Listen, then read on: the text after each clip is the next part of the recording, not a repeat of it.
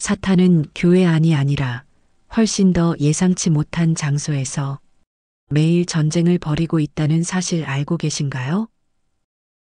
안녕하세요. 제 이름은 박선희입니다. 올해 65살이고 부산에서 남편과 함께 살고 있습니다. 이 귀한 시간 박선희 집사님의 간증을 통해 하나님이 살아계심을 함께 느끼시길 바랍니다. 35년간 초등학교 교사로 일하다가 5년 전 은퇴했고 손주 셋과 함께 감사의 기도를 드리며 살아왔지만 제 마음 한편은 늘 공허했습니다. 매일 새벽 어김없이 교회로 달려가 기도했고 구역장으로 봉사하며 수요예배와 금요 철야까지 빠지지 않았습니다. 그럼에도 찬송을 부르면서도 마음이 메말라 있었습니다. 왜 이렇게 기도해도 공허한지, 내가 무엇을 놓치고 있는 건 아닌지 그 질문이 제 마음을 따라다녔습니다. 그리고 그날 저는 그 이유를 알게 되었습니다. 수요예배 중이었습니다. 갑자기 심장이 짓눌리는 듯한 통증이 밀려왔고 순간 제 시야가 하얘지더니 모든 소리가 멀어졌습니다. 의식이 사라진 그 짧은 순간 저는 제 몸을 떠나 있었습니다. 시간도 공간도 존재하지 않는 어둠 속에서 저는 무언가를 보았습니다. 그곳은 이 땅의 어느 곳보다도 낯익으면서도 섬뜩했습니다. 수많은 사람들이 아무 의심 없이 무언가를 반복하고 있었고 그 가운데서 사탄은 미소 짓고 있었습니다. 그가 사용하는 무기는 우리가 상상하는 것처럼 거창하거나 공포 영화에 나오는 형상도 아니었습니다. 그것은 너무나 일상적이고 너무나 평범해서 누구도 의심하지 못하는 것이었습니다. 그때 저는 깨달았습니다. 왜 수십 년 동안 교회를 섬기며 기도했는데도 영혼이 메말랐는지, 왜 그렇게 열심히 신앙생활을 했는데도 늘 무언가에 붙잡혀 있는 듯한 답답함 속에 살았는지. 제가 본 그 장면은 단 한 번의 환상으로 끝나지 않았습니다. 그것은 제 신앙의 근본을 뒤흔드는 계시였고 하나님께서 제게 주신 경고였습니다. 죽음의 문턱에서 돌아온 지금 저는 이 이야기를 감히 숨길 수 없습니다. 여러분의 삶에서 보이지 않게 작동하는 그 힘, 기도에도 풀리지 않고 회개에도 반복되는 그 원인을 저는 직접 보았습니다. 이제부터 제가 그때 보았던 장면과 하나님께서 제게 들려주신 음성을 있는 그대로 전하려 합니다. 끝까지 들으신다면 여러분 역시 그 보이지 않는 싸움의 실체와 하나님께서 우리를 깨우시려는 이유를 알게 되실 것입니다. 이 이야기를 시작하기 전 먼저 하나님 앞에 무릎 꿇고 기도하겠습니다. 거룩하신 하나님 아버지, 오늘 이 자리에 저를 세워주심에 감사드립니다. 주님, 제 눈을 열어주소서. 우리가 무심코 먹는 것 속에서 벌어지는 영적 전쟁을 깨닫게 하옵소서. 매일의 식탁이 예배의 자리임을 기억하게 하시고 사탄의 거짓된 유혹에서 분별력을 주옵소서. 너희 몸은 너희가 하나님께로부터 받은 성령의 전인 줄을 알지 못하느냐. 고린도전서 6장 19절 말씀처럼 우리 몸이 성령님이 거하시는 거룩한 성전임을 깨닫게 하소서. 먹고 마시는 모든 것이 주님께 드리는 예배가 되게 하시고 편리함과 맛의 유혹 속에서도 주님의 뜻을 분별하게 하옵소서. 이 간증을 듣는 모든 분들의 마음에 성령님께서 역사하시어 각자의 삶 속에서 식탁의 전쟁을 승리하게 하옵소서. 초가공의 거짓과 설탕의 미혹, 부정한 음식의 속임수에서 벗어나 참된 자유와 건강 그리고 영적 충만함을 누리게 하소서. 주님, 이 시간 제 입술을 통해 오직 주님만 영광 받으시고 듣는 이들의 삶에 진정한 변화가 일어나게 하옵소서. 예수님의 이름으로 기도드립니다. 아멘.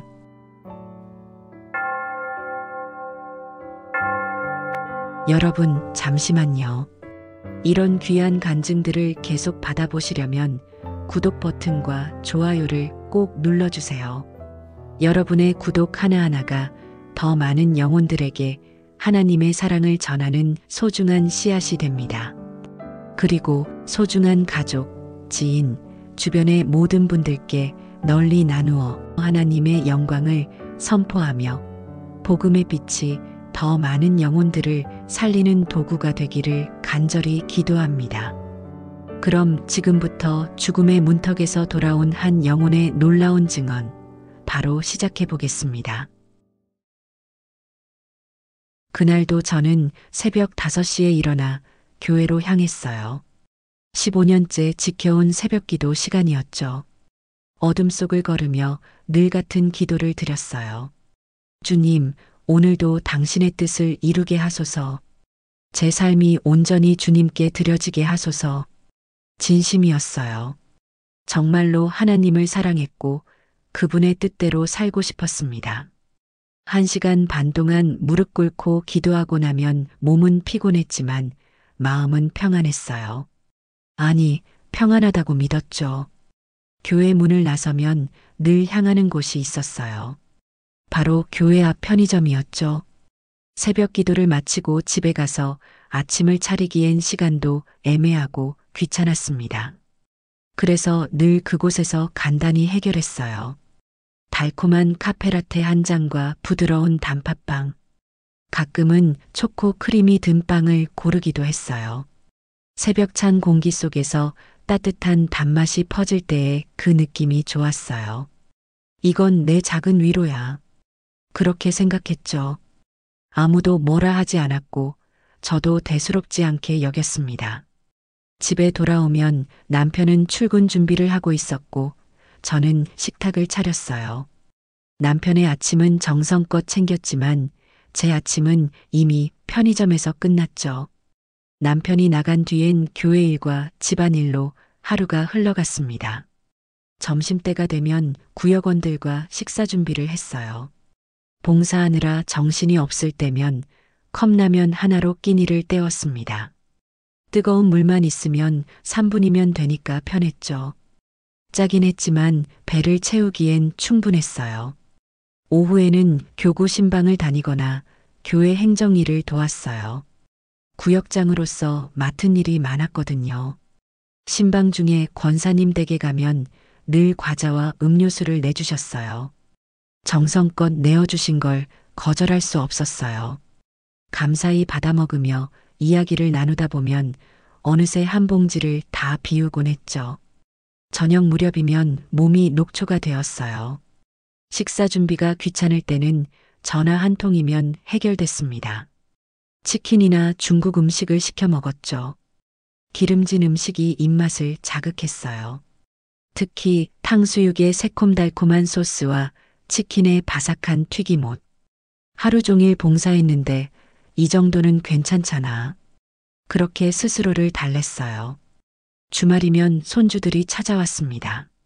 아이들을 보면 가슴이 뿌듯했어요. 할머니, 햄버거 먹으러 가요. 피자 시켜주세요. 손주들의 밝은 얼굴을 보면 거절할 수 없었죠. 패스트푸드점에서 햄버거와 감자튀김, 콜라를 시켜놓고 함께 웃으며 먹었어요. 아이들이 즐거워하는 모습을 보면 저도 행복했어요. 이렇게 먹는 게 제 낙이었어요. 은퇴 후 특별한 취미도 없었고 먹는 즐거움만큼은 포기하고 싶지 않았죠. 남편이 가끔 걱정스러운 얼굴로 말했어요. 여보, 건강검진 결과 좀 신경 써야 하지 않겠소?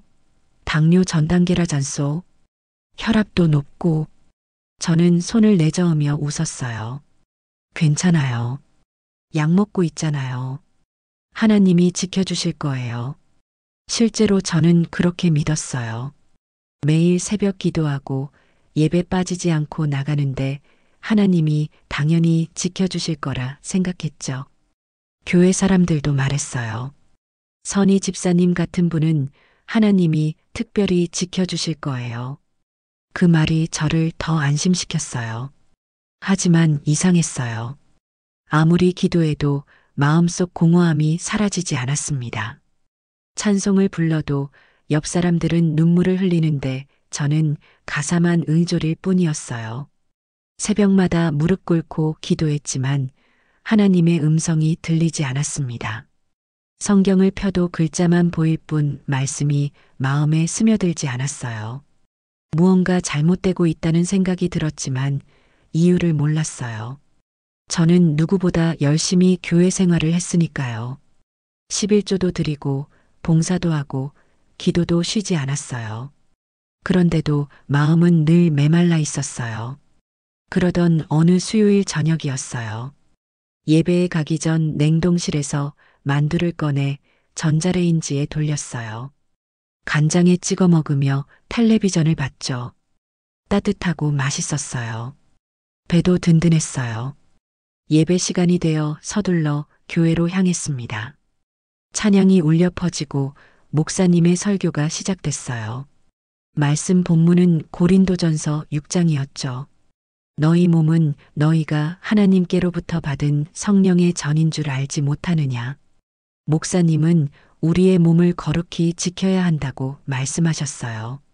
저는 고개를 끄덕였어요. 맞는 말씀이죠. 술, 담배, 음란한 것들과 거리가 먼 나니까 내 몸은 충분히 거룩하다고 생각했어요. 기도 시간이 되었어요. 눈을 감고 기도하려는데 이상하게 말이 막혔어요. 아무 말도 나오지 않았죠. 답답함이 가슴을 눌렀어요. 왜 이러지? 더 힘을 내어 기도하려는 순간 갑자기 가슴이 조여왔어요. 처음엔 체한 줄 알았어요. 하지만 통증이 점점 심해졌습니다. 숨이 막히고 식은땀이 흘렀어요. 눈앞이 점점 흐려졌죠. 제 옆에 권사님이 놀라서 물었어요. 선희 집사님, 괜찮으세요? 그 목소리가 멀리서 들렸어요. 대답하려 했지만 입이 떨어지지 않았어요. 그 순간 제 몸이 앞으로 고꾸라졌습니다. 교회 안이 술렁였어요. 누군가 제 이름을 부르는 소리가 들렸어요. 하지만 그 소리들은 점점 멀어져 갔죠. 저는 그렇게 의식을 잃었습니다. 마지막으로 느낀 건 차가운 바닥의 감촉이었어요. 그리고 그 다음엔 아무것도 없었습니다. 의식이 돌아왔을 때 저는 이상한 곳에 있었습니다. 아니, 정확히 말하면 제 몸은 예배당 바닥에 누워 있었고 저는 그 위 어딘가에 떠 있었죠. 마치 천장 근처에서 아래를 내려다보는 것 같았어요. 너무나 선명했어요. 꿈이 아니었습니다. 아래를 보니 사람들이 제 주변에 모여 있었어요. 목사님이 제 손을 잡고 기도하고 있었고 권사님들은 울면서 제 이름을 부르고 있었죠. 그리고 바닥에 누운 여자, 창백한 얼굴, 다친 눈, 축 늘어진 팔. 그게 저였어요. 저는 제 자신을 위해서 내려다보고 있었어요.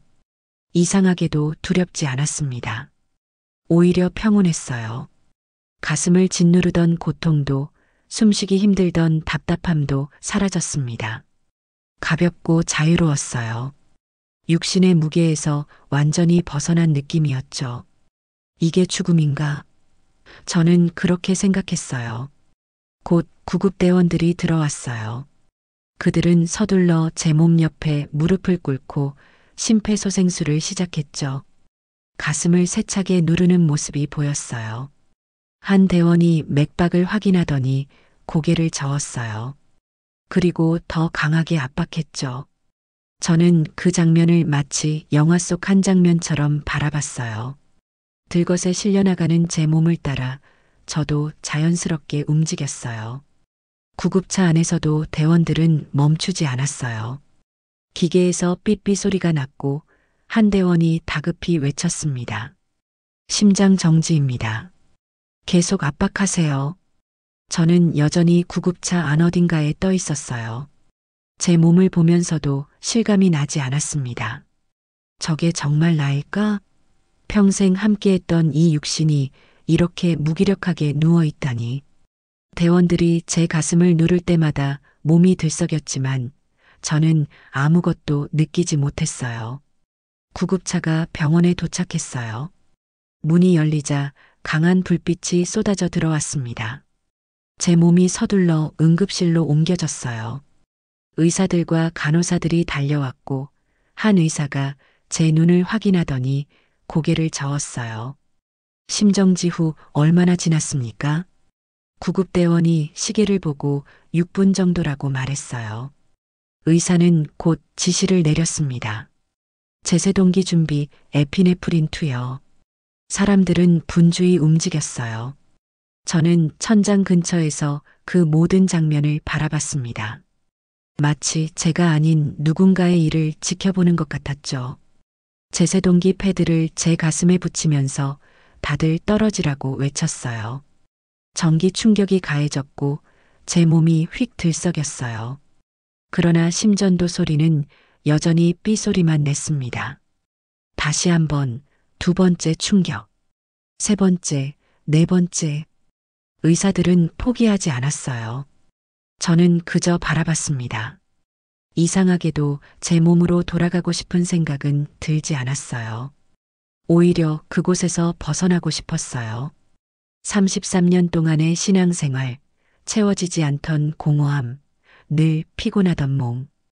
그 모든 무게가 사라졌습니다. 저는 자유로웠어요. 그때 응급실 문이 열리며 누군가 들어왔어요. 남편이었습니다. 그의 얼굴은 창백했고 눈가가 떨리고 있었어요. 큰아들도 뒤따라 들어왔죠.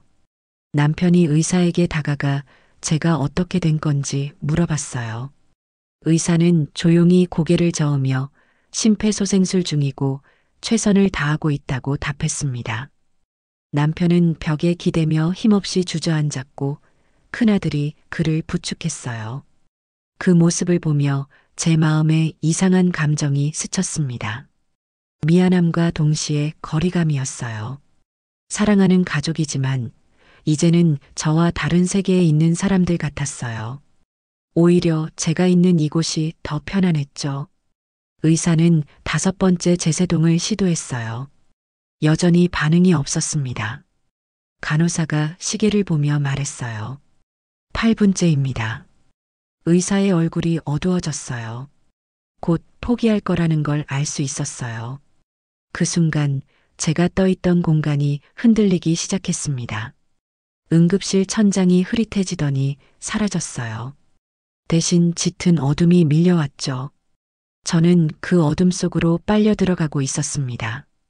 두렵지 않았어요. 오히려 그 어둠이 저를 부르는 것 같았어요. 이리 오라, 이제 괜찮다는 속삭임이 들리는 듯 했죠. 저는 저항하지 않았습니다. 몸은 이미 없었고 영혼만이 그 어둠 속을 헤엄치듯 나아갔어요. 얼마나 갔을까요? 시간의 감각이 사라졌어요. 1초였을 수도 1시간이었을 수도 있었어요. 그러다 앞쪽에서 희미한 빛이 보이기 시작했습니다. 작은 점 같던 빛이 점점 커졌어요. 저는 그 빛을 향해 나아갔습니다. 빛이 가까워질수록 주변이 밝아졌어요. 어둠이 걷히자 거대한 공간이 드러났어요. 처음엔 흐릿했지만 점점 선명해졌죠. 그리고 저는 깨달았습니다. 이곳은 제가 알던 세상이 아니었어요. 제 앞에는 끝이 보이지 않는 거대한 공간이 펼쳐져 있었어요. 그런데 이상하게도 낯설지 않았어요. 어딘가 익숙했죠. 그곳에는 수많은 사람들이 있었습니다.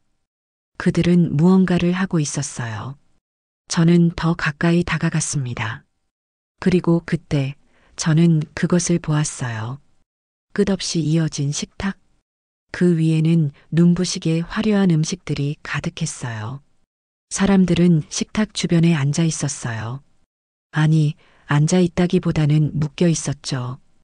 보이지 않는 쇠사슬에 결박된 채 먹고 또 먹고 있었어요. 그들의 얼굴엔 만족이 없었습니다. 배고픔도 포만감도 아니었어요. 그저 기계적으로 손을 움직여 입으로 가져갈 뿐이었죠. 저는 그 광경을 보며 온몸이 얼어붙는 듯 했어요. 숨이 멎을 만큼 두려웠어요. 이곳은 어디지? 왜 이런 곳이 있는 거지? 그리고 그 식탁 끝에 서 있는 존재를 본 순간 저는 알았어요. 여기가 어디인지, 왜 제가 이곳에 왔는지, 그리고 제 평생의 신앙생활이 왜 공허했는지를. 그 모든 답이 제 눈앞에 펼쳐져 있었습니다. 그 존재는 식탁 끝에 서 있었습니다. 형태가 명확하진 않았지만 제게는 선명하게 느껴졌어요. 어둠보다 더 짙은 어둠, 빛을 삼켜버리는 공허함. 그가 움직일 때마다 주변 공기가 무겁게 눌려왔죠. 그의 얼굴엔 차갑고 잔인한 미소가 있었습니다. 승리를 확신하는 자의 미소였어요. 저는 본능적으로 알았습니다.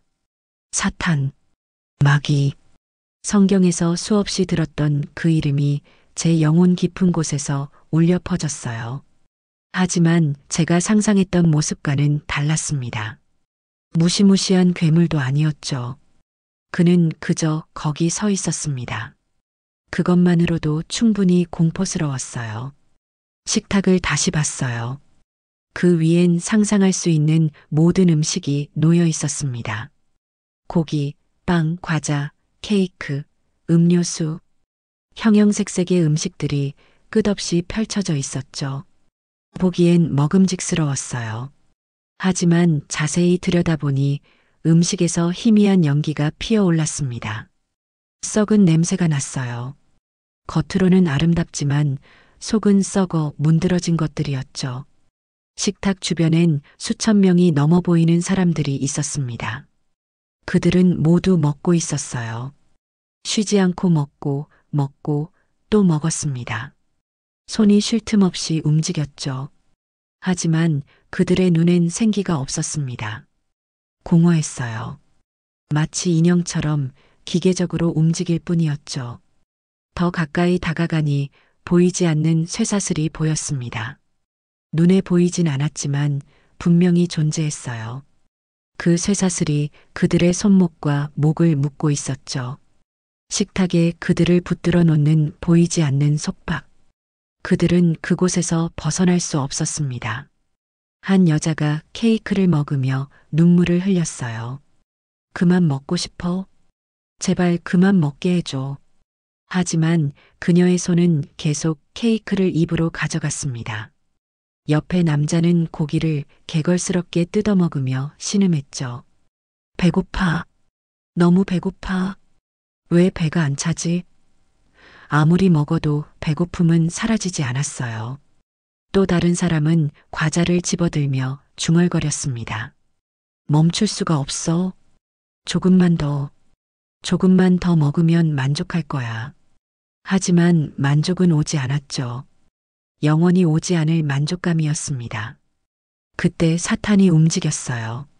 식탁을 따라 천천히 걸으며 한 여자 앞에 멈춰 섰습니다. 그녀는 탄산음료를 마시고 있었죠. 사탄이 그녀의 어깨에 손을 얹자 여자의 눈에서 빛이 완전히 사라졌어요. 그녀는 더 빠르게 마시기 시작했습니다. 사탄이 웃었습니다. 소리 없는 웃음이었지만 제 영혼에 직접 울려 퍼졌어요. 그리고 그가 말했습니다. 음성이 아닌 생각으로 전해져 왔죠. 이것으로 충분하다. 칼도, 총도, 폭력도 필요 없지. 그저 이것만 주면 된다. 달콤한 것, 맛있는 것, 편리한 것. 인간은 스스로 이곳으로 온다. 기도하고, 찬송하고, 교회에 다니면서도 말이지. 그의 말에 저는 충격을 받았습니다. 교회에 다니면서도 주변을 더 자세히 보니 많은 이들이 십자가 목걸이를 하고 있었어요. 어떤 이는 손에 성경을 쥐고 있었습니다. 신앙인들이었죠. 한 남자가 햄버거를 먹으며 기도했어요. 주님 감사합니다. 이 음식을 주셔서 감사합니다. 하지만 그의 손은 멈추지 않았죠. 기도하면서도 계속 먹고 또 먹었습니다. 또 다른 여자는 찬송가를 흥얼거리며 과자 봉지를 뜯었어요. 찬송과 탐식이 동시에 일어나고 있었습니다. 사탄이 다시 말했어요. 보거라.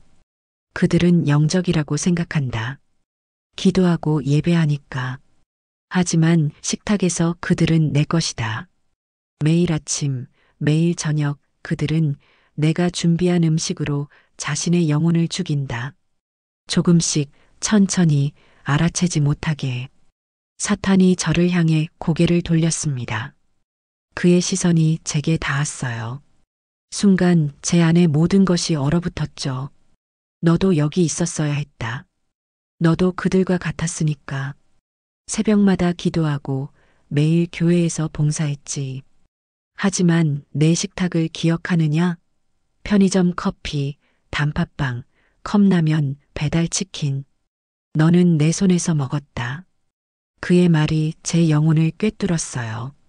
저는 부인할 수 없었습니다. 사실이었으니까요. 제가 매일 먹었던 것들이 눈앞에 떠올랐어요. 저는 그것들을 아무 생각 없이 먹었죠. 봉사의 대가로, 작은 위로로, 당연한 즐거움으로.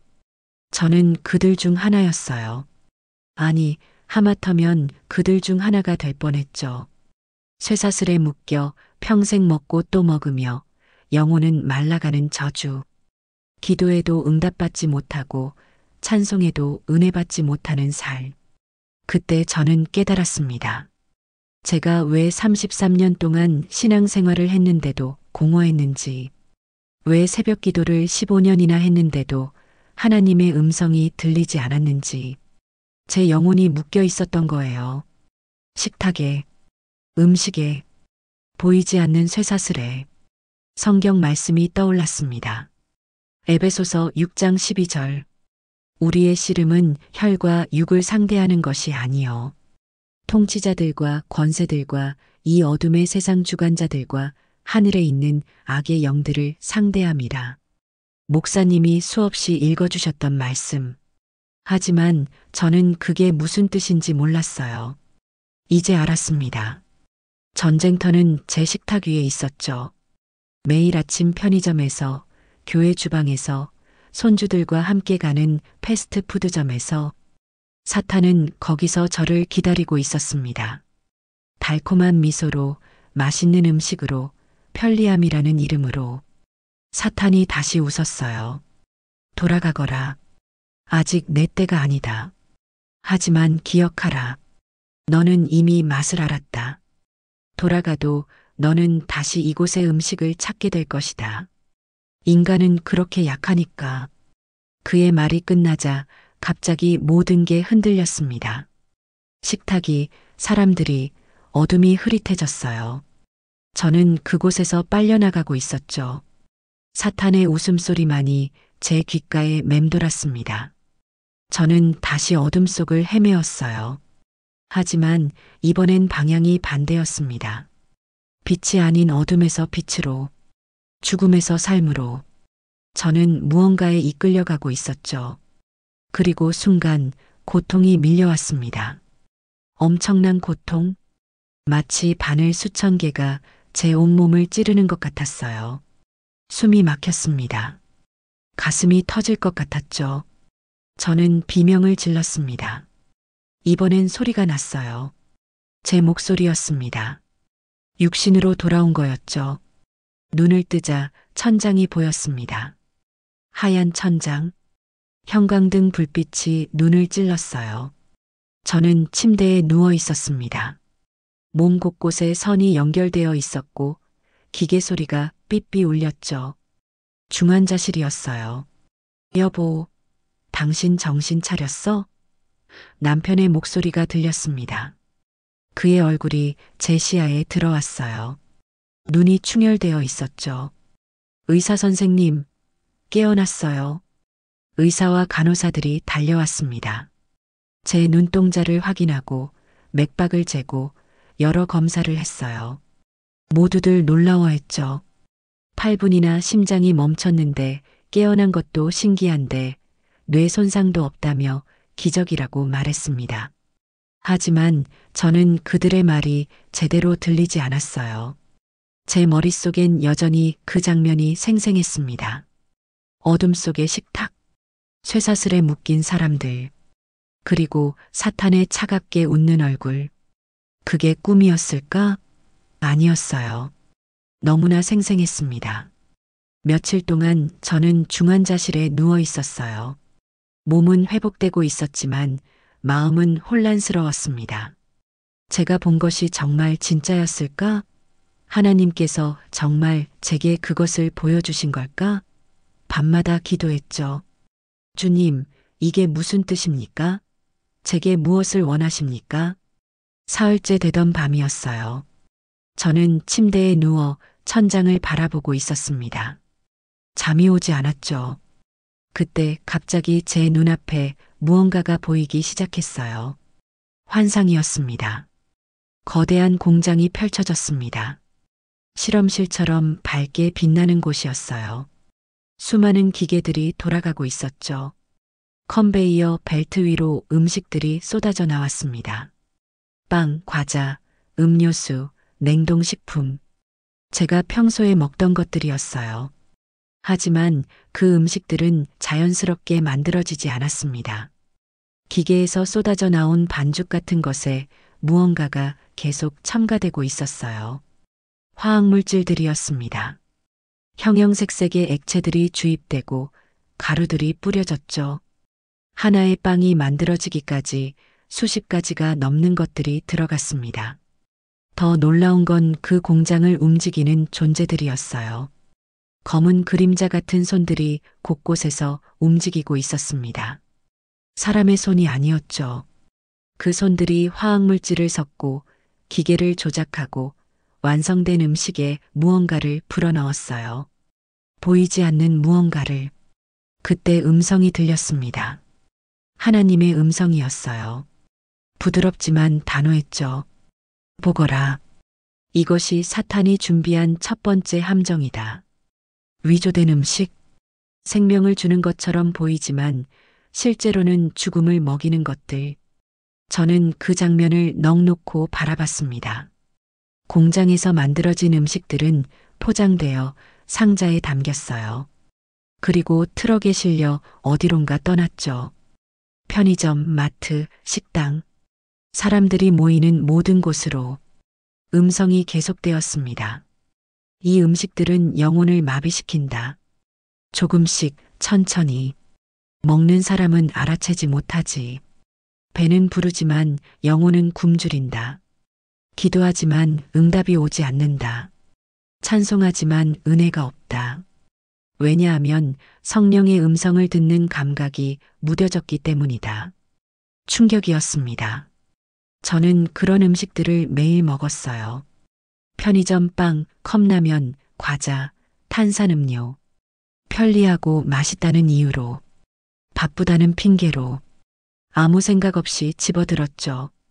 그게 제 영혼을 죽이고 있었다니. 환상 속에서 한 여자가 보였습니다.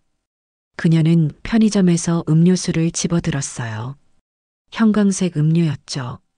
마시는 순간 그녀의 몸 주변에서 희미한 빛이 사라지는 게 보였습니다. 영적인 빛이었어요. 한 모금 마실 때마다 그 빛이 조금씩 줄어들었죠. 또 다른 남자는 냉동 피자를 먹고 있었습니다. 전자레인지에 데워 먹는 간편식이었어요. 한 입 베어 물 때마다 그의 이마에 있던 십자가 형상이 흐릿해졌습니다. 영적 표식이 지워지고 있었죠. 그는 전혀 알아채지 못했어요. 이것이 사탄의 전략이다. 음성이 말했습니다. 폭력으로 공격하지 않는다. 대신 달콤함으로 유혹한다. 편리함으로 속인다. 사람들은 스스로 선택해서 먹는다. 그리고 조금씩 영적 감각을 잃어간다. 기도 제목은 많지만 기도의 능력은 없다. 성경을 읽지만 말씀이 들어오지 않는다. 예배는 드리지만 하나님을 만나지 못한다. 저는 소리내어 울고 싶었습니다. 제 모습이 바로 그랬으니까요. 33년 동안 교회를 다녔지만 하나님을 만난 적이 있었나요? 15년 동안 새벽 기도를 했지만 진짜 기도가 무엇인지 알았나요? 찬송을 불렀지만 가슴이 뜨거웠던 적이 있었나요? 없었습니다. 모두 형식이었어요. 습관이었죠. 제 영혼은 살아있지 않았습니다. 마비되어 있었어요. 매일 아침 편의점 커피와 단팥빵으로, 점심에 컵라면으로, 저녁에 배달 치킨으로, 저는 제 영혼을 스스로 죽이고 있었던 거예요. 환상 속 공장이 다시 보였습니다. 이번엔 포장된 음식들 위에 글자가 떠올랐어요. 영양 성분표. 하지만 진짜 성분은 따로 있었습니다. 보이지 않는 글자로 쓰여 있었죠. 영적 둔감, 기도 무력, 은혜 차단, 중독 유발. 사탄은 영양소가 아니라 독을 팔고 있었습니다. 몸에 영양소를 주는 척하면서 영혼의 독을 먹이고 있었어요. 사람들은 그걸 모르고 기꺼이 돈을 내고 샀죠. 매일 반복해서 너는 이제 알았다.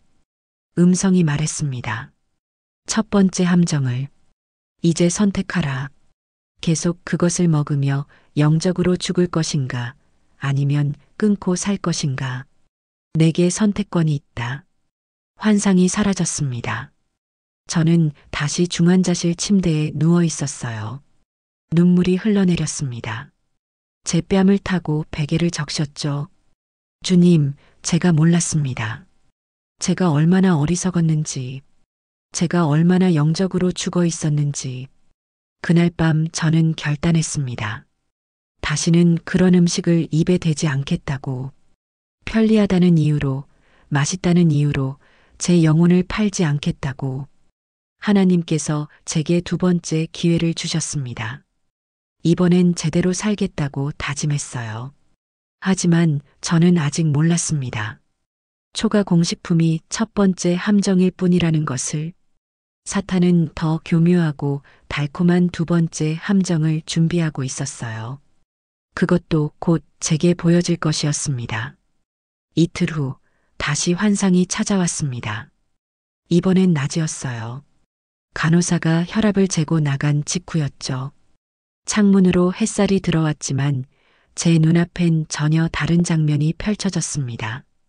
광활한 공간이 보였어요. 하지만 바닥은 액체로 가득했습니다. 끈적끈적한 하얀 액체. 설탕물이었죠. 그 안에 수많은 사람들이 빠져 있었어요. 허리까지 잠긴 채 허우적거렸습니다. 빠져나오려 애쓰는 것 같았지만 계속 더 깊이 가라앉았어요. 조금만 더. 달콤한 목소리가 사방에서 울려 퍼졌습니다. 한 모금만 더. 그러면 행복해질 거야. 그러면 위로받을 거야. 그 목소리는 부드럽고 매혹적이었어요. 저항할 수 없을 만큼 달콤했죠. 사람들은 그 말에 고개를 끄덕였습니다. 그리고 손으로 설탕물을 떠서 마셨어요. 한 모금, 두 모금. 마실 때마다 그들의 얼굴에 잠깐 미소가 떠올랐습니다. 행복해 보였죠. 하지만 그 미소는 금방 사라졌어요. 그리고 다시 갈증이 왔습니다. 더 마시고 싶은 욕구가. 한 젊은 여자가 울고 있었어요. 그만 마시고 싶어요. 이제 정말 그만 마시고 싶어요. 하지만 그녀의 손은 이미 다시 설탕물을 떠올리고 있었습니다. 입으로 가져갔죠. 마시면서도 눈물을 흘렸어요. 옆에 남자는 필사적으로 웅덩이에서 나오려 했습니다. 발버둥 치며 가장자리로 헤엄쳤어요. 하지만 그가 가까이 갈수록 웅덩이가 넓어졌습니다. 끝이 보이지 않았죠. 그는 지쳐서 다시 설탕물을 마셨습니다. 한 번만. 힘을 내려면 한 번만 더. 그가 중얼거렸어요. 하나님의 음성이 들렸습니다. 이것이 두 번째 함정이다. 설탕, 가장 달콤한 독, 가장 교묘한 우상. 우상이요? 저는 속으로 물었습니다. 설탕이 어떻게 우상이 될 수 있죠? 사람들이 위로가 필요할 때 누구를 찾느냐? 음성이 물었습니다. 슬플 때, 외로울 때, 스트레스 받을 때. 그들은 나를 찾지 않는다. 대신 달콤한 것을 찾는다. 그것이 그들의 위로자가 되었다. 그것이 그들의 신이 되었다. 충격적이었습니다. 하지만 저는 부인할 수 없었어요. 제 모습이 바로 그랬으니까요. 새벽 기도 후 마시는 달콤한 커피, 봉사하고 난 후 먹는 초콜릿, 스트레스 받을 때 찾는 케이크, 저는 그것들로 위로받으려 했어요. 하나님께 기도하기 전에 먼저 단 것을 찾았죠. 환상이 바뀌었습니다. 이번엔 교회 안이 보였어요. 한 여자가 예배당 의자에 앉아 있었습니다. 기도 시간이었죠. 하지만 그녀는 집중하지 못했어요. 손가락으로 가방을 더듬거렸습니다. 사탕을 찾고 있었죠. 찾아서 입에 넣었어요. 그제야 안정이 되는 것 같았습니다. 또 다른 장면. 새벽 기도회였어요. 한 남자가 무릎 꿇고 기도했습니다. 주님, 제게 평안을 주소서. 하지만 기도가 끝나자마자 그는 편의점으로 향했어요. 단 음료수를 샀죠. 그것을 마시며 한숨을 쉬었습니다. 이제야 좀 살 것 같네. 보거라. 하나님의 음성이 말했습니다. 그들은 내게 평안을 구하지만 실제로는 설탕에서 평안을 찾는다. 내게 기쁨을 구하지만 실제로는 단맛에서 기쁨을 찾는다. 이것이 우상이다. 나보다 먼저 찾는 것, 나보다 더 의지하는 것. 말씀이 떠올랐습니다. 고린도전서 6장 12절. 모든 것이 내게 가하나 다 유익한 것이 아니요 모든 것이 내게 가하나 내가 무엇에든지 얽매이지 아니하리라. 목사님이 자유에 관해 설교할 때 인용하신 구절이었어요. 하지만 저는 자유롭지 않았습니다. 설탕에 얽매여 있었죠. 환상 속에서 설탕물 웅덩이가 다시 보였습니다. 이번엔 사람들의 몸을 자세히 볼 수 있었어요. 그들의 팔과 다리에 보이지 않는 끈들이 감겨 있었습니다. 설탕으로 만들어진 끈이었죠. 끈적끈적하게 그들을 묶고 있었어요. 움직일 때마다 더 단단히 조여들었습니다. 중독이다. 음성이 설명했습니다. 설탕은 뇌를 속인다. 행복 호르몬을 잠깐 만들어낸다. 그러나 곧 사라진다. 그리고 더 많은 것을 원하게 만든다. 더 많이, 더 자주. 이것이 악순환이다. 사람들은 스스로 노예가 된다. 제 과거가 주마등처럼 지나갔습니다. 새벽 기도 후 마시던 카페라테, 하루에 두세 번씩 마시던 믹스커피, 교회에서 나눠주는 과자와 사탕, 손주들과 먹던 아이스크림과 케이크. 저는 하루도 단 것 없이 살지 못했어요. 아침에 일어나면 제일 먼저 단 것이 생각났습니다. 커피에 설탕을 넉넉히 넣어야 하루를 시작할 수 있었죠. 오후가 되면 졸음이 오고 무기력해졌어요. 그럴 때 초콜릿이나 사탕을 먹으면 잠깐 정신이 들었습니다. 저녁엔 디저트가 없으면 뭔가 허전했어요. 이것이 내 모습이었다. 음성이 말했습니다. 설탕의 노예. 자유롭다고 생각했지만 묶여 있었다. 기도할 힘이 없다고 느낄 때 사실은 설탕이 내 영을 무력하게 만들었던 것이다. 말씀이 들어오지 않을 때 사실은 단맛에 중독되어 영적 입맛을 잃었던 것이다. 환상 속에서 한 여자가 웅덩이에서 나오려 애쓰고 있었어요. 필사적으로 발버둥 쳤습니다. 하지만 그녀 혼자서는 불가능했어요. 그때 빛이 나타났습니다. 환한 빛이 그녀에게 손을 내밀었죠. 그녀가 그 손을 잡았어요. 빛이 그녀를 끌어올렸습니다. 웅덩이에서 나온 그녀는 온몸에 묻은 설탕물을 씻어냈습니다. 맑은 물이 그녀를 깨끗하게 했어요. 설탕으로 만들어진 끈들이 녹아 없어졌습니다. 그녀가 깊은 숨을 들이쉬었어요. 자유로워 보였습니다. 이것이 해방이다. 음성이 말했습니다. 혼자서는 끊을 수 없다. 나의 도움이 필요하다. 내게 와야 한다. 단맛 대신 나를 찾아야 한다. 위로가 필요할 때, 기쁨이 필요할 때, 평안이 필요할 때, 설탕이 아닌 나를 찾으라. 저는 그 장면을 보며 울었습니다. 제가 얼마나 설탕에 의지하며 살았는지 깨달았어요. 슬플 때 기도 대신 초콜릿을 먹었습니다. 외로울 때 찬송 대신 케이크를 찾았어요. 하나님보다 설탕이 더 빠른 위로자였죠. 더 확실한 기쁨이었습니다. 하지만 그것은 거짓 위로였어요. 거짓 기쁨이었죠. 잠깐 달콤할 뿐 영혼을 채우지 못했습니다. 오히려 영혼을 더 메마르게 만들었어요. 진짜 평안을, 진짜 기쁨을 느낄 수 없게 만들었죠. 환상이 사라졌습니다. 저는 결단했어요. 설탕을 끊겠다고. 쉽지 않을 거라는 걸 알았습니다. 수십 년간 몸에 밴 습관이었으니까요. 하지만 해야 했어요. 자유로워지고 싶었습니다.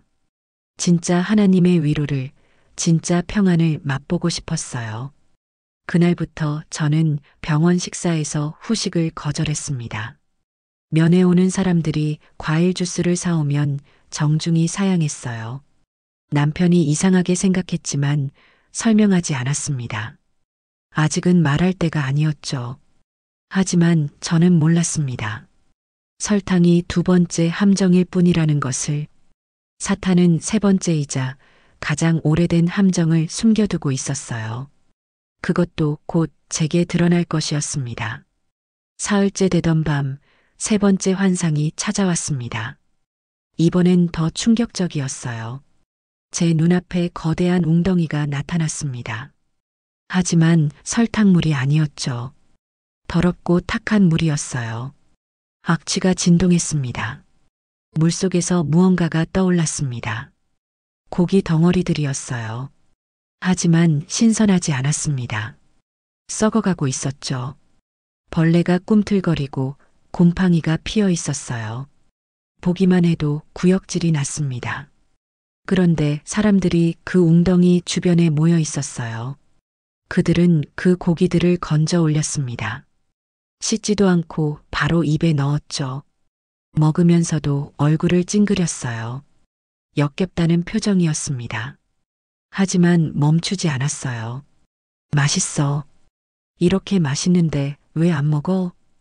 한 남자가 말했습니다. 그의 입가엔 기름기가 흘렀어요. 손에 든 고기는 역한 냄새를 풍겼죠. 이게 진짜야. 이게 제대로 된 음식이라고. 하나님의 음성이 들렸습니다. 이것이 세 번째 함정이다. 내가 부정하다 하신 것. 내가 먹지 말라 하신 것. 그러나 인간은 그것을 즐거움으로 바꾸었다. 물속에서 돼지 한 마리가 떠올랐습니다. 진흙탕에서 뒹굴던 돼지였어요. 온몸이 더러움으로 가득했죠.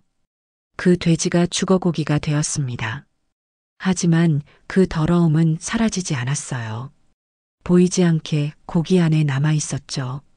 내가 레위기에서 말했다. 음성이 계속되었습니다. 돼지를 먹지 말라고. 그것은 부정하다고. 이유가 있었다. 돼지는 땅의 더러운 것을 먹는다. 그 더러움이 고기에 스며든다. 먹는 자의 몸으로 들어간다. 그리고 영혼까지 더럽힌다. 환상이 바뀌었습니다. 이번엔 바다가 보였어요. 깊고 어두운 바다. 바닥에는 온갖 쓰레기와 오물이 쌓여 있었습니다. 그 속에서 생물들이 살고 있었어요. 비늘 없는 해산물들이었죠. 오징어, 낙지, 조개, 새우. 그들은 바다의 청소부였습니다. 썩은 것, 죽은 것, 더러운 것을 먹으며 살았어요. 독소를 품은 채 살아갔죠. 사람들은 그것을 잡아 올려 먹었습니다. 맛있다며 즐겼어요. 이것들도 내가 금했다. 음성이 말했습니다. 비늘과 지느러미 없는 것은 먹지 말라고. 그것들은 물에 더러운 것을 먹는다. 독소가 쌓인다. 그것을 먹는 자는 그 독을 함께 먹는다. 몸의 독만이 아니다. 영의 독도 함께. 저는 충격을 받았습니다. 그런 줄 몰랐어요. 아니, 알았어도 무시했죠. 구약의 음식법은 이제 상관없다고 생각했습니다. 예수님이 오셨으니 모든 음식이 깨끗하다고 배웠으니까요. 율법은 지나갔다. 그러나 내 지혜는 영원하다. 음성이 말했습니다. 내가 그것을 금한 이유는 너희를 괴롭히려 함이 아니었다. 보호하려 함이었다. 너희 몸을 지키고 너희 영을 깨끗하게 하려 함이었다. 그러나 인간은 입맛을 따랐다. 환상 속에서 한 가족이 보였습니다. 식탁에 둘러앉아 저녁을 먹고 있었어요. 삼겹살이었죠. 기름진 돼지고기를 구워 먹었습니다. 모두들 행복해 보였어요. 맛있다며 웃었죠. 하지만 그들의 몸 주변을 보니 어둠이 스며들고 있었습니다. 한 점 한 점 검은 점들이 그들을 둘러쌌어요. 보이지 않는 더러움이었죠. 먹을 때마다 그 어둠이 짙어졌습니다. 또 다른 장면. 교회 야유회였어요. 성도들이 모여 고기를 구워 먹고 있었습니다. 돼지고기, 오징어, 새우. 찬송을 부르고 기도하면서도 그것들을 먹었죠. 아무도 이상하게 여기지 않았습니다. 이것이 교회의 모습이다. 음성이 슬프게 말했습니다. 내 이름을 부르지만 내 말씀은 지키지 않는다. 편리함을 선택하고 맛을 선택한다. 그리고 영적 분별력을 잃어간다. 성경 말씀이 떠올랐습니다. 다니엘서 1장 8절. 다니엘은 뜻을 정하여 왕의 음식과 그가 마시는 포도주로 자기를 더럽히지 아니하리라 하고, 다니엘은 바벨론 왕궁에서도 음식을 가렸어요. 하나님이 금하신 것을 먹지 않았죠. 그래서 건강했고 지혜로웠고 하나님의 환상을 볼 수 있었습니다. 반대로 저는 어땠나요? 33년 신앙생활하면서 한 번도 음식을 가려 먹지 않았어요. 교회 야유회에서 삼겹살을 구워 먹었습니다. 손주들과 회를 먹으러 갔죠. 중국집에서 탕수육을 시켰어요. 맛있으니까, 다들 먹으니까, 괜찮다고 생각했으니까. 환상 속에서 한 여자가 보였습니다. 그녀는 기도하고 있었어요. 주님, 왜 제 기도가 응답되지 않나요? 왜 주님의 음성이 들리지 않나요? 간절히 울며 기도했죠. 그 여자의 몸을 들여다보니 어둠이 가득했습니다. 부정한 음식으로 쌓인 어둠이었어요. 그것이 영적 감각을 막고 있었습니다. 마치 귀를 막은 것처럼, 눈을 가린 것처럼 하나님의 음성이 들어올 수 없었죠. 이것이 부정한 음식의 결과다. 음성이 설명했습니다. 단순히 몸의 문제가 아니다. 영의 문제다. 부정한 것을 먹으면 영이 무뎌진다. 거룩함을 분별하지 못하게 된다. 내 음성과 원수의 음성을 구분하지 못한다. 제 지난 삶이 떠올랐습니다. 얼마나 자주 돼지고기를 먹었던가요? 일주일에 한두 번은 먹었어요. 삼겹살, 돈가스, 햄, 소시지. 해산물도 즐겨 먹었죠. 오징어 볶음, 낙지 요리, 조개찜. 맛있었습니다. 가족들도 좋아했어요. 하지만 그때마다 제 영은 조금씩 둔해지고 있었던 거예요. 말씀을 읽어도 깨달음이 없었습니다. 기도해도 응답이 더뎠죠. 예배를 드려도 은혜가 없었어요. 저는 제 신앙이 문제라고 생각했습니다. 기도가 부족하다고, 말씀을 더 읽어야 한다고. 하지만 진짜 문제는 따로 있었어요. 제 식탁이었습니다. 매일 먹는 음식이었죠. 하나님이 부정하다 하신 것을 아무렇지 않게 먹으면서 동시에 영적으로 성장하길 바랐던 거예요.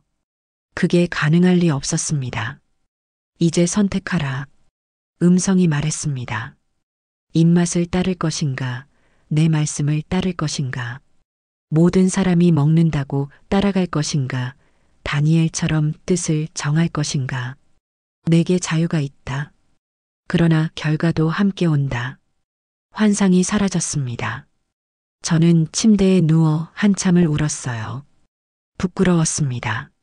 수십 년간 하나님을 믿는다고 하면서도 그분의 지혜는 무시했던 거예요. 편리함과 맛을 하나님보다 우선시했죠.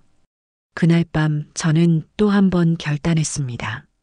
돼지고기를 끊겠다고, 부정한 해산물도 끊겠다고. 쉬운 결정이 아니었어요. 주변 사람들이 이상하게 볼 게 뻔했습니다. 교회 식사 때마다 설명해야 할 것 같았죠. 하지만 상관없었습니다. 사람들의 시선보다 하나님의 뜻이 더 중요했어요. 다니엘처럼 뜻을 정하기로 했습니다. 제 몸을 더럽히지 않겠다고, 제 영을 깨끗하게 지키겠다고. 초가 공식품, 설탕, 그리고 부정한 고기. 사탄이 준비한 세 가지 함정을 이제 알았습니다. 하지만 아는 것과 실천하는 것은 달랐어요. 과연 제가 이 모든 것을 끊고 살 수 있을까? 혼자 힘으로는 불가능했습니다. 하나님의 도움이 절실히 필요했죠. 넷째 날 새벽이었습니다. 병원은 조용했어요. 복도에서는 간호사들의 발소리만 간간히 들렸어요. 저는 잠들지 못하고 누워 있었어요. 지난 사흘 동안 본 환상들이 머릿속을 떠나지 않았습니다. 그때 갑자기 방안이 밝아지기 시작했어요. 형광등 불빛이 아니었죠. 따뜻하고 부드럽지만 동시에 강렬한 빛이었어요. 저는 눈을 감을 수 없었어요. 그 빛이 제 온 존재를 감쌌습니다. 두려움이 밀려왔지만 무서움이 아닌 경외심이었어요. 거룩함 앞에 선 죄인의 떨림이었습니다. 저는 본능적으로 알았어요. 하나님께서 오신 거라는 것을. 선이야. 그 한마디에 제 눈에서 눈물이 터져 나왔어요. 저는 간신히 주님께 대답했어요. 목이 메어 말이 제대로 나오지 않았습니다. 그분의 음성은 제 마음속 깊이 울려 퍼졌어요. 33년 동안 나를 섬겼다고 했지만 왜 기도는 응답받지 못했는지, 왜 마음이 늘 공허했는지를 물으시는 듯 했어요. 저는 아무 말도 하지 못했어요. 정말 몰랐으니까요. 열심히 신앙생활을 했는데도 은혜가 없던 이유를. 그분의 음성은 계속되었어요. 제 입술은 주님을 찬양했지만 제 식탁은 그분을 부인했고 무릎은 꿇었지만 손은 금한 것을 집어들었다고 하셨어요. 그리고 말씀하셨습니다. 제가 성전을 더럽혔다고요. 그 말씀이 제 가슴을 찔렀어요. 고린도전서 6장이 떠올랐습니다. 너희 몸은 성령의 전인 줄 알지 못하느냐. 머리로는 알았지만 실제로는 그렇게 살지 않았던 거였어요. 그때 환상이 펼쳐졌어요. 아름다운 성전이 보였어요. 하얀 대리석으로 지어진 거룩한 집이었죠. 안은 밝고 향기로웠습니다. 성령님이 거하시는 곳이었어요. 그런데 사람들이 들어오기 시작했어요. 손에 음식을 들고 있었죠. 초가 공식품, 단과자, 부정한 고기.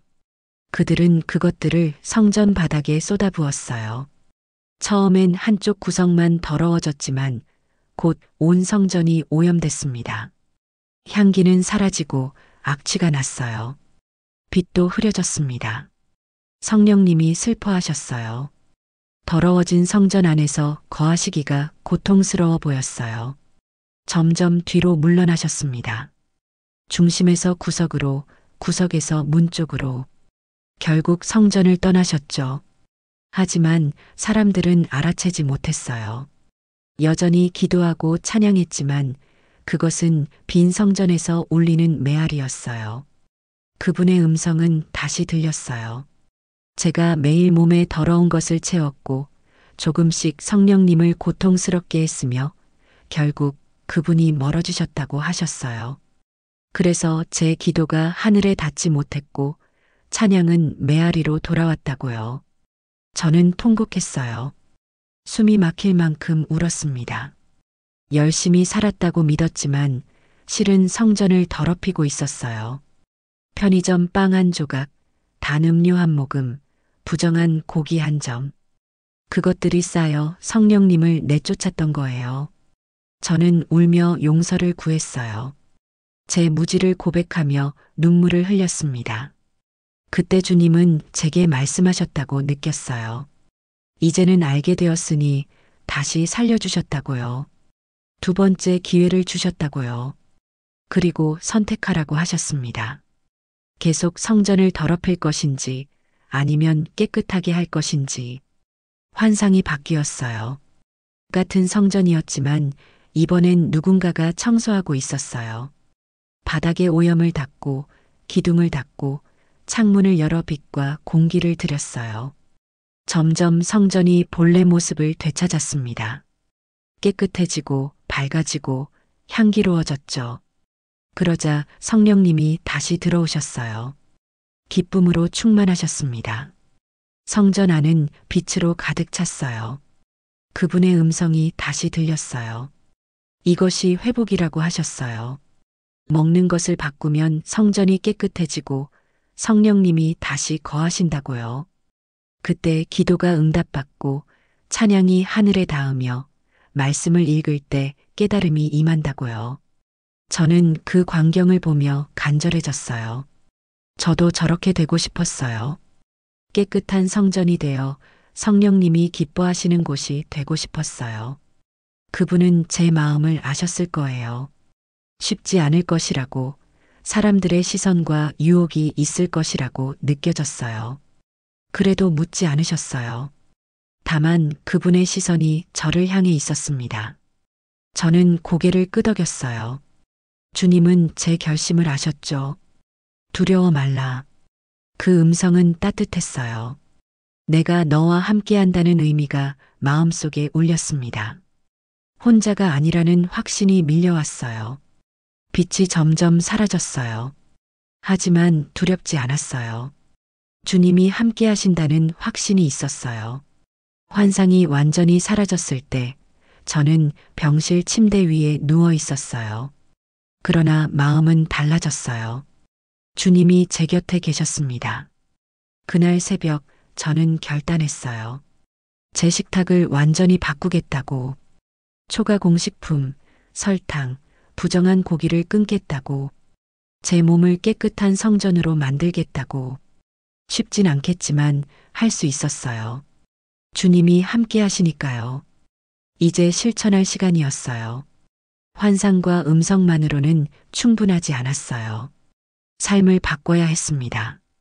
어떻게 시작해야 할까? 무엇을 먹고 무엇을 끊어야 할까? 그 답은 곧 주어질 것이었어요. 일주일이 지나고 퇴원날이 왔습니다. 의사는 기적이라고 했습니다. 8분간 심장이 멈췄는데 뇌 손상도 없고 후유증도 없다고 했어요. 모든 검사 수치가 정상으로 돌아왔다고 했죠. 남편이 휠체어를 밀며 저를 병원 밖으로 데려갔어요. 햇살이 따스했습니다. 바람이 기분 좋게 불었죠. 저는 깊게 숨을 들이마셨어요. 살아있다는 게 실감났습니다. 하나님께서 제게 두 번째 기회를 주신 거예요. 차 안에서 남편이 물었어요. 여보, 병원에서 무슨 일 있었소? 뭔가 많이 달라진 것 같은데. 저는 잠시 망설였어요. 제가 본 것을 어떻게 설명해야 할까, 믿어줄까 싶었죠. 하지만 숨길 수는 없었습니다. 집에 도착하면 꼭 말해야겠다고 생각했어요. 집에 들어서자 큰아들과 며느리, 작은아들이 기다리고 있었어요. 모두 걱정스러운 얼굴이었죠. 며칠 전 다녀갔다가 다시 온 아이들이었어요. 그만큼 걱정이 컸던 겁니다. 큰아들이 제게 괜찮냐고 물었고 저는 하나님께서 살려주셨다고 말했어요. 며느리는 눈가를 훔쳤습니다. 저녁 식사를 며느리가 하려 했지만 저는 직접 하겠다고 했어요. 가족들은 만류했지만 제 의지가 단호했어요. 새로운 시작이니까요. 냉장고를 열었어요. 그 안엔 제가 평소 사두었던 음식들이 가득했죠. 햄, 소시지, 냉동 만두, 돈가스. 저는 그것들을 하나씩 꺼내 쓰레기통에 버렸습니다. 작은아들이 이유를 물었지만 저는 조용히 대답했어요. 이제 그런 것들은 먹지 않겠다고요. 식품 저장실도 정리했어요.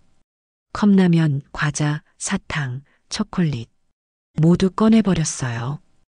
아이들은 놀랐지만 말리지 않았습니다. 큰일을 겪은 뒤라 그저 조심스럽게 지켜봤어요. 이제 채소와 과일, 통곡물만 꺼냈습니다.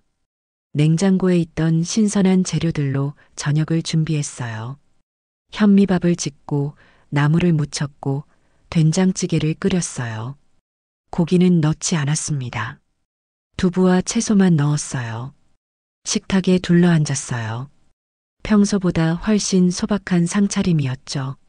가족들은 어리둥절했지만 저는 담담했어요. 그 자리에서 제가 병원에서 본 모든 일을 이야기했어요. 심장이 멈췄던 순간, 영혼이 빠져나갔던 경험, 어둠 속의 식탁, 쇠사슬에 묶인 사람들, 사탄의 세 가지 함정, 그리고 하나님의 음성까지 모두가 말없이 들었어요. 남편은 깊이 생각에 잠긴 얼굴이었고 큰아들은 고개를 끄덕였어요. 며느리의 눈가에는 눈물이 맺혔습니다. 그들은 믿기 어렵다는 듯 했지만 제 눈빛 속에서 거짓이 아님을 느낀 것 같았어요. 남편은 조용히 말했어요. 자신도 늘 의문이었노라고. 그렇게 신앙생활을 열심히 하는데 왜 늘 공허했는지 이해가 되지 않았다고요. 어쩌면 지금 이 일이 답일 수도 있다고 했습니다. 큰아들도 저를 걱정하면서 물었어요. 갑자기 식습관을 바꾸면 괜찮겠느냐고요. 저는 괜찮다고, 아니 괜찮아야 한다고 말했어요. 이건 제 결심이 아니라 하나님의 명령이니까요. 그날 저녁은 특별했어요. 소박했지만 정말 맛있었어요. 인공 조미료로 가려지지 않은 자연의 맛이 입안에 남았죠. 혀가 살아나는 느낌이었습니다. 식사 후 저는 성경을 펼쳤어요. 다니엘서 1장을 읽었습니다. 다니엘이 왕의 음식으로 자신을 더럽히지 않겠다고 결심한 이야기, 20하루 동안 채소와 물만 먹었던 이야기, 그리고 그 결과 더 지혜롭고 건강해졌던 이야기였어요. 저도 다니엘처럼 하기로 결심했습니다. 20하루 동안 채소와 과일, 통곡물만 먹고 초가 공식품, 설탕, 부정한 고기를 끊는 다니엘식 금식을 시작하기로 했어요. 쉽지 않을 거라는 걸 알았어요. 평생 먹어온 것을 버리는 일이니까요. 두통, 무기력, 짜증 같은 금단 증상이 올지도 몰랐어요. 하지만 각오했습니다. 지나가야 할 과정이었으니까요. 다음 날 새벽 저는 일찍 일어났어요. 새벽 기도에 가기 위해서였죠. 15년째 이어온 습관이지만 오늘은 달랐어요. 형식이 아니라 진심으로 드리는 첫 기도였어요.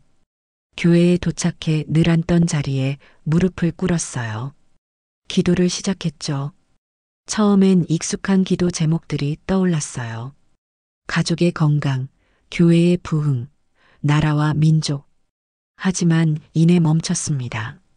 이건 아니었어요. 제가 진짜 드리고 싶은 기도가 아니었어요. 저는 마음 깊은 곳에서 다시 기도하기 시작했어요. 주님, 제가 그동안 주님을 몰랐습니다. 눈물이 흘렀어요. 형식뿐이었던 지난 날들이 떠올랐습니다. 주님을 아는 듯 했지만 진심으로 만나 뵙지 못했음을 고백했어요. 그 순간이었어요. 가슴이 뜨거워졌어요. 오랜만에, 아니 평생 처음 느끼는 감각이었어요. 성령님의 임재였습니다. 따뜻하고 부드러운 평안이 제 온 존재를 감쌌어요. 저는 한참을 울었어요. 기쁨의 눈물이었어요. 감사의 눈물이었죠. 주님이 정말 제 곁에 계셨어요. 늘 계셨는데 제가 느끼지 못했던 거였어요. 더러워진 성전 때문이었죠. 기도를 마치고 일어설 때 알았어요. 이제 진짜 시작이라는 것을. 신앙생활의 새로운 출발이었어요. 앞으로 20하루가 쉽지는 않겠지만 주님이 함께 하시니 할 수 있었습니다. 집으로 돌아오는 길에 편의점을 지나쳤어요. 평소 같으면 커피와 빵을 샀을 거예요. 하지만 오늘은 그냥 걸어갔습니다. 달콤한 빵 냄새가 코를 자극했지만 마음은 흔들리지 않았어요. 이길 수 있었습니다. 집에 도착해 직접 준비한 아침을 먹었어요. 통곡물, 죽, 찐 고구마, 샐러드. 단순했지만 만족스러웠어요. 몸이 가벼웠고 머리가 맑았어요. 이제 진짜 변화가 시작되고 있었어요. 겉이 아니라 안에서부터, 몸뿐 아니라 영혼까지 변화되는 새로운 삶이었습니다. 첫 주가 가장 힘들었어요. 둘째 날부터 두통이 시작됐습니다. 머리가 깨질 것 같았죠. 몸이 나른하고 무기력했습니다. 설탕과 가공식품을 끊으면서 생긴 금단 증상이었어요. 넷째 날엔 사소한 일에도 화가 치밀어 올랐습니다. 남편이 걱정스러운 눈빛으로 정말 괜찮겠느냐며 너무 무리하는 거 아니냐고 물었어요. 저는 괜찮다고 곧 지나갈 거라고 대답했죠. 교회에 가는 것도 시험이었습니다. 수요 예배가 끝나고 교인들이 함께 저녁을 나누었어요. 치킨과 피자가 식탁에 올랐습니다. 모두 맛있게 먹었지만 저만 먹지 않았습니다. 권사님 한 분이 제게 몸이 안 좋냐고 물었어요. 저는 식단을 조절 중이라고 웃으며 대답했습니다. 다른 집사님은 하나님이 주신 음식을 왜 안 먹느냐며 의아해했지만 저는 아무 말도 하지 않았어요. 설명하기엔 아직 이른 때였죠. 그저 물만 마시며 다른 분들이 먹는 모습을 지켜봤습니다. 일주일이 지나자 몸이 조금씩 적응하기 시작했어요. 두통이 줄어들었고 머리가 맑아졌습니다. 아침에 일어날 때 개운했어요. 전엔 느끼지 못했던 감각이었습니다. 2주일째 되자 변화가 뚜렷했어요. 피부가 맑아지고 뾰루지가 사라졌습니다. 소화도 잘 됐습니다. 늘 더부룩하던 속이 편안해졌어요. 몸무게도 6kg이나 줄었습니다. 억지로 굶은 게 아니라 자연스럽게 빠진 거였어요. 옷이 헐렁해졌습니다. 남편이 저를 보며 웃었어요. 여보, 젊어 보이요. 10년은 젊어진 것 같소? 그 말에 저도 웃었습니다. 하지만 그보다 놀라운 건 영적인 변화였어요. 성경을 읽을 때마다 말씀이 마음속으로 들어왔어요. 전엔 글자만 보이던 말씀이 이제는 살아 움직이는 듯 했죠. 한 구절 한 구절이 제 삶과 연결됐습니다. 기도할 때도 달라졌어요. 형식적인 말이 아니라 진심이 우러났습니다. 하나님과 대화하는 느낌이었죠. 더 이상 일방적으로 말하는 기도가 아니었어요. 때로는 주님의 음성도 마음속에 느껴졌습니다. 찬양할 때마다 눈물이 흘렀습니다. 가슴이 뜨거워졌고 은혜가 임했습니다. 33년 신앙생활 동안 처음 경험하는 감각이었어요. 21일이 되는 날 저는 건강검진을 받으러 갔어요. 쓰러지기 전엔 고혈압과 당뇨 전 단계, 높은 콜레스테롤로 약을 복용했었죠. 검사 결과가 나오자 의사는 차트를 들여다보며 놀란 표정을 지었어요. 혈압, 혈당, 콜레스테롤 모두 정상으로 돌아온 것이었습니다. 의사는 무엇을 했길래 이렇게 좋아졌냐고 물었습니다. 저는 약을 바꾼 게 아니라 음식을 바꿨다고 말했어요. 초가 공식품과 설탕, 부정한 고기를 끊고 채소와 과일, 통곡물 위주로 먹었다고 설명했습니다. 의사는 고개를 끄덕이며 음식이 약이라는 말이 맞다고 했어요. 약도 줄일 수 있겠다고 했습니다. 병원 문을 나서며 하늘을 올려다봤어요. 마음속에서 감사가 터져 나왔습니다.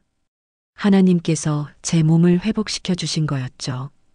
단지 육체의 회복이 아니라 영혼의 회복이었습니다. 집으로 돌아와 거울을 봤어요. 분명히 달라져 있었어요. 피부가 밝아지고 눈빛이 살아났습니다. 표정도 부드러워졌어요. 겉모습뿐 아니라 마음에서도 빛이 나는 것 같았어요. 그날 저녁 가족들과 함께 식사를 했어요. 20하루의 여정을 완주한 기념이었죠. 여전히 채소와 통곡물 위주의 식단이었지만 그 어느 때보다 풍성했습니다. 큰아들은 저를 보며 정말 대단하다고 했습니다. 20하루 동안 한 번도 흔들리지 않고 지켜냈다고요. 저는 솔직하게 말했어요. 혼자서는 불가능했다고요. 주님이 함께 하셨기에 할 수 있었다고요. 남편은 제 손을 잡고 자신도 따라 해보고 싶다고 했습니다. 저는 가족 모두 함께 하자고 말했어요.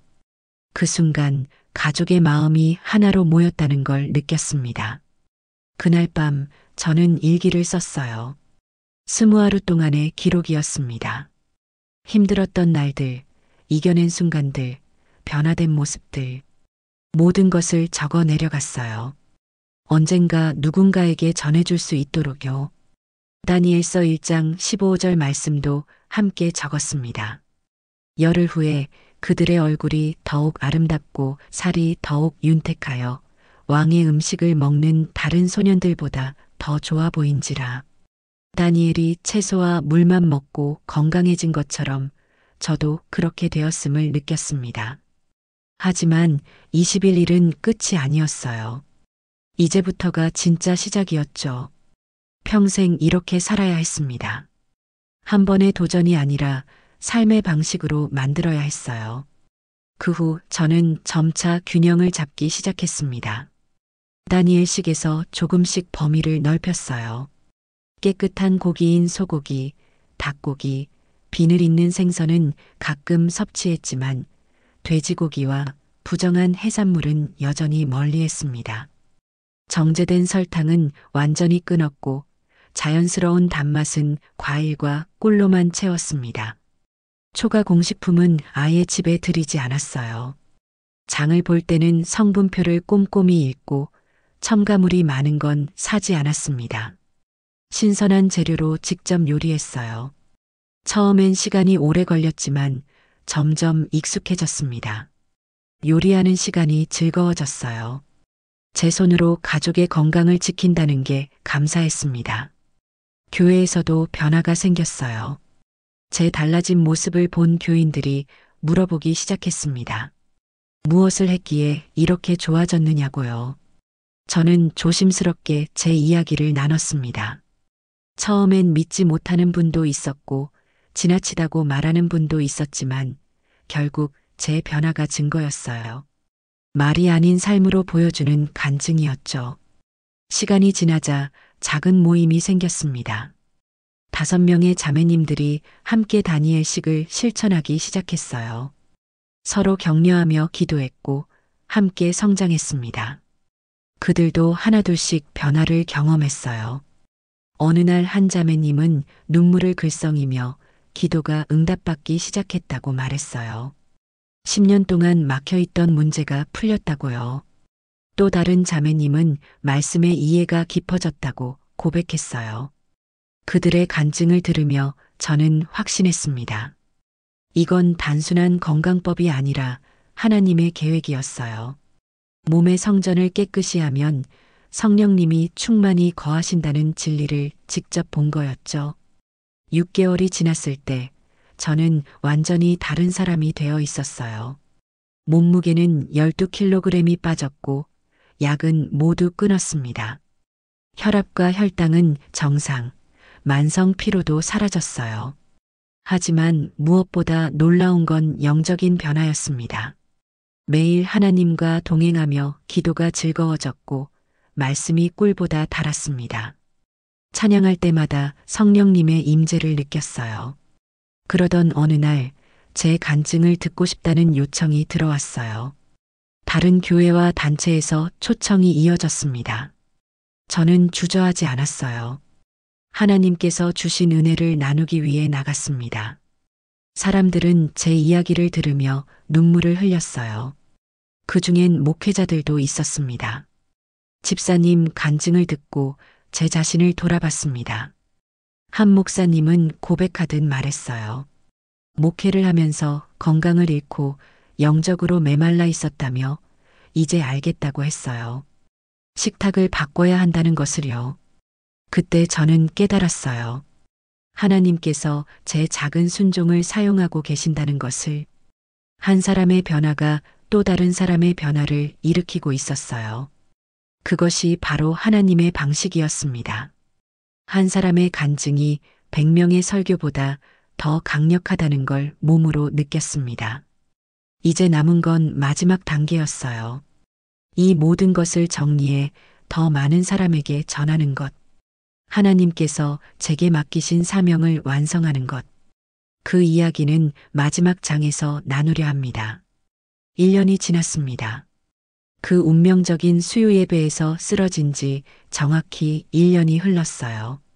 저는 같은 날, 같은 시간에, 같은 예배당에 앉아 있었습니다. 하지만 완전히 다른 사람이었죠. 목사님께서 간증 기회를 주셨습니다. 1년 전 그날, 제가 쓰러졌던 바로 그 자리에서 간증하는 거였어요. 떨렸지만 설렜습니다. 하나님께서 제게 행하신 일을 나눌 수 있는 기회였으니까요. 강단에 올라섰습니다. 수백 명의 성도들이 저를 바라봤어요. 긴장되었지만 평안했습니다. 성령님이 함께 하신다는 걸 느꼈죠. 사랑하는 성도 여러분, 1년 전 바로 이 자리에서 저는 죽었습니다.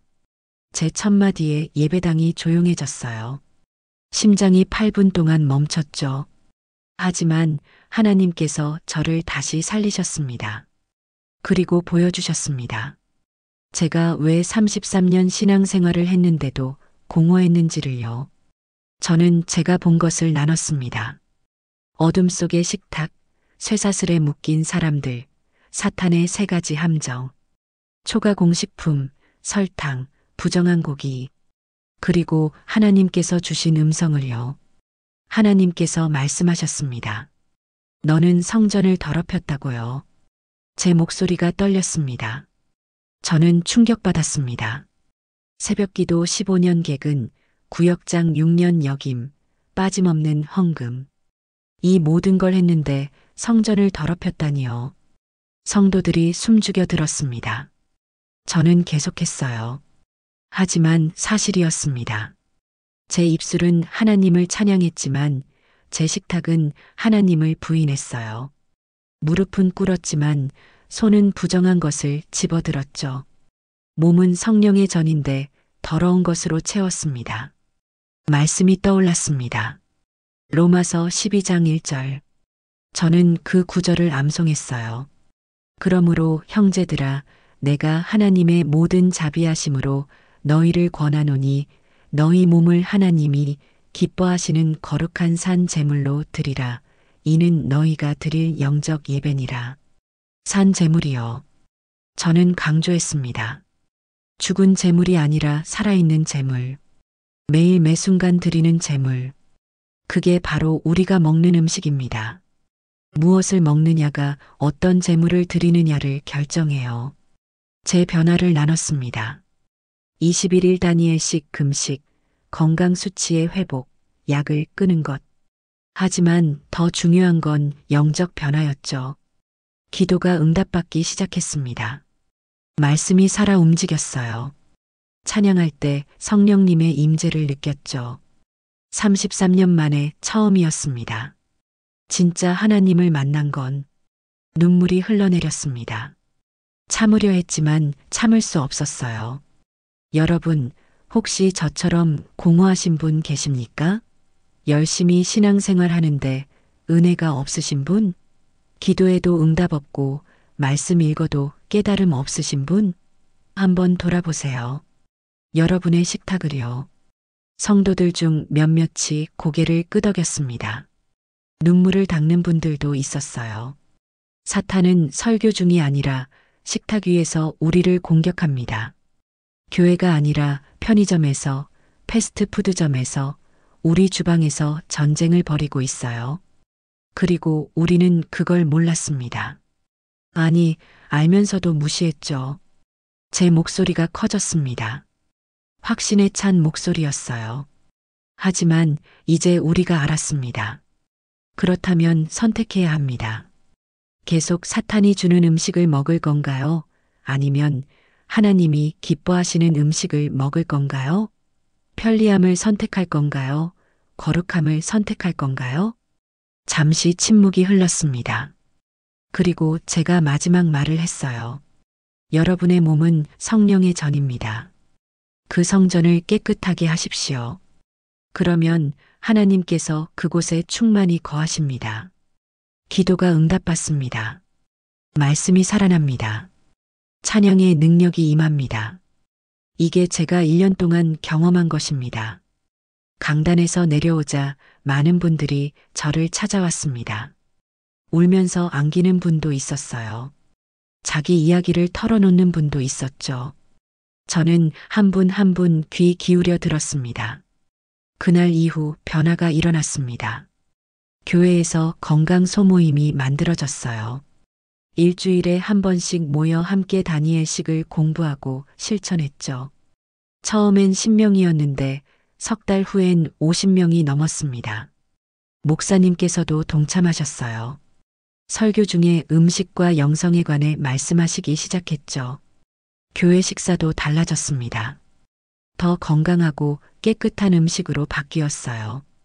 다른 교회에서도 초청이 들어왔습니다. 제 간증을 듣고 싶다고요. 저는 갈 수 있는 곳은 다 갔습니다. 2년이 지난 지금 저는 여전히 같은 삶을 살고 있습니다. 초과 공식품을 먹지 않아요. 설탕을 끊었습니다. 부정한 고기도 입에 대지 않죠. 힘들지 않아요. 이제 습관이 되었으니까요. 무엇보다 하나님과의 관계가 깊어졌습니다. 매일 아침 깨어나면 주님을 먼저 찾아요. 기도하고 말씀 읽고 찬양합니다. 그리고 하루 종일 그분과 동행하죠. 제 건강도 완벽합니다. 67살이지만 40대처럼 건강해요. 약 한 알 먹지 않습니다.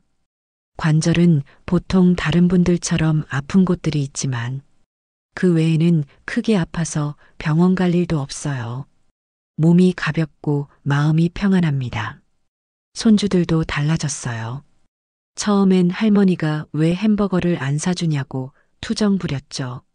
하지만 이젠 이해합니다. 제가 만들어주는 건강한 음식을 좋아해요. 남편도 함께하고 있습니다. 처음엔 어려워했지만 지금은 저보다 더 열심히 해요. 함께 시장 가서 신선한 채소 고르는 재미가 쏠쏠하죠. 무엇보다 기쁜 건 제 주변 사람들이 변하는 거예요. 교회 성도들이, 친구들이, 가족들이 하나둘씩 변화를 경험합니다. 그들의 간증을 들을 때마다 가슴이 벅차올라요. 오늘도 저는 기도합니다. 주님, 더 많은 사람들이 깨닫게 하소서. 몸이 성령의 전임을, 식탁이 예배의 자리임을, 무엇을 먹느냐가 어떻게 사느냐를 결정함을. 사랑하는 여러분, 이 이야기를 끝까지 들어주셔서 감사합니다. 혹시 여러분도 저처럼 공허하신가요? 열심히 신앙생활 하는데 은혜가 없으신가요? 그렇다면 한번 돌아보세요. 여러분의 식탁을요. 사탄은 오늘도 식탁 위에서 전쟁을 벌이고 있습니다. 하지만 예수님은 그 식탁을 예배의 자리로 바꾸십니다. 선택은 여러분의 몫입니다. 어떤 식탁을 차리시겠습니까? 저는 선택했습니다. 거룩한 식탁을요. 하나님께서 기뻐하시는 음식을요. 그리고 제 삶이 완전히 바뀌었습니다. 여러분도 할 수 있습니다. 주님이 함께 하시니까요. 마지막으로 이 말씀을 전합니다. 너희 몸은 성령의 전입니다. 그 성전을 거룩하게 지키십시오. 그러면 하나님께서 그곳에 충만히 거하실 것입니다. 이것이 제가 죽음에서 배운 가장 큰 교훈입니다. 여러분의 식탁이 예배가 되기를 축복합니다. 여러분의 몸이 거룩한 성전이 되기를 기도합니다. 하나님의 은혜가 여러분과 함께 하시기를 바랍니다. 아멘. 오늘도 귀한 시간을 보내주셔서 감사합니다. 여러분의 구독과 좋아요, 그리고 공유는 더 많은 이들에게 하나님의 사랑을 전하는 소중한 통로가 됩니다. 죽음의 문턱에서 돌아온 이들의 간증을 통해 우리는 영원한 생명의 소망과 하나님의 무한하신 사랑을 확인할 수 있습니다. 이 간증들이 여러분의 믿음에 확신을 더하고 아직 주님을 모르는 가족과 이웃들에게는 구원의 문이 열리는 계기가 되기를 간절히 소망합니다. 하나님께서 이 시대에 주시는 특별한 메시지들을 계속해서 전해드리겠습니다. 다음 간증으로 다시 찾아뵙겠습니다. 주님의 은혜가 여러분과 함께 하시길 기도드립니다. 감사합니다.